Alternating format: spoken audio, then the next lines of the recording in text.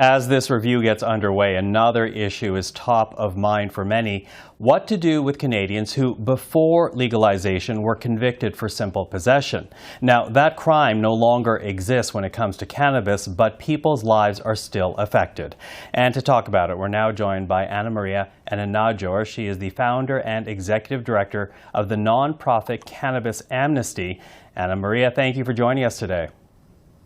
Good afternoon, Michael. So as we talk about this review, one aspect that will be examined is past criminalizations. How do you react to that news that they are going to go back and review what has gone right and what has gone wrong?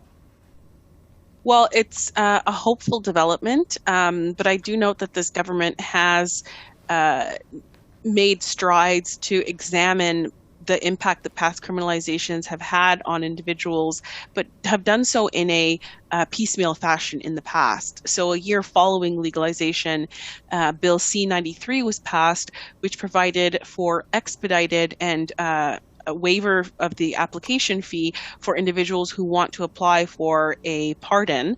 And more recently, there is an amendment to a bill that's before the Senate currently, Bill C-5, that purports to create an automatic suspension or expungement for individuals who have previous cannabis simple possession records, as well as other simple possession of illicit substance records. And so the government has been inching towards looking at this, but have done so in a very piecemeal and sort of long form fashion, and haven't taken it on in through a systematic review. Let's go back a little bit, though, because as you say, there have been some moves here, and one of it has to do with suspending these convictions. Why would that not be enough? Well, suspending these convictions means that there is a possibility that they could be reinstated in the future, which is really concerning to a lot of Canadians. But I think more practically, the issue is that a suspension is what we would colloquially call a pardon. And a lot of the primary reason why a lot of people get these pardons is and suspensions is because for employment, but a secondary and very important reason is because they would like to travel to the United States. And the United States does not, in fact, recognize Canadian pardons or suspensions, so it would be of no benefit to them to get a suspension. So if we look at why suspensions aren't enough, the primary reason is because it doesn't actually offer a person relief from the hardship that comes from having a criminal record that they hoped they would get. Let's talk a bit more about that. And to be clear, just for people at home, to reiterate, what we're discussing here are past convictions for simple possession, nothing more. But you've spoken in the past about how having this on a record will have an impact on one's life. You mentioned crossing into the United States, you talk about employment, but it goes beyond that as well, doesn't it? Yes, absolutely. And there are some ways in which it appears in people's lives that are surprising and disturbing.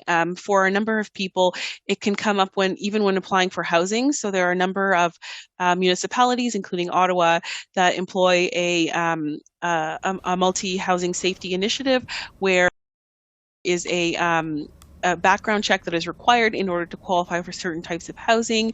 And there are other things that also appear to stifle a person's ability to move on with their life, such as previous conviction for cannabis possession, preventing them from obtaining loans, either for school or for a business. And if you're trying to rehabilitate somebody who has a previous criminal conviction, but there are these roadblocks in the way, it is quite difficult to find an argument for why there's a reason for this to persist. Mm-hmm. Also, if you would like to volunteer for vulnerable sectors, this kind of conviction can come up in a vulnerable sectors check. Mm-hmm, but mm-hmm. It's quite surprising. I know somebody who wanted to apply for a loan for post-secondary education, wasn't able to obtain one because of a cannabis conviction. So very life-limiting. You know, I'm quickly running out of time, but we also need to point out then part of the reason why you're doing this too is because there is a racial component that you're trying to raise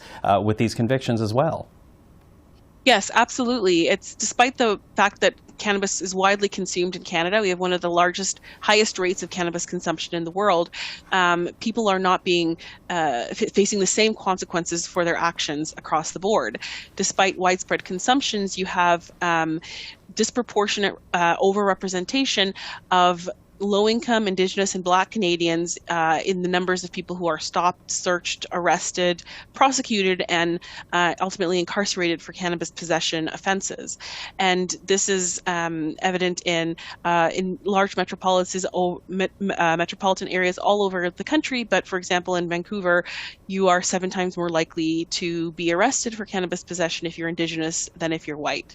And so that, I think, adds another layer of unfairness and injustice to this situation. And another point to review as this gets underway. Annamaria, thank you for this. Really appreciate the time. Thank you so much.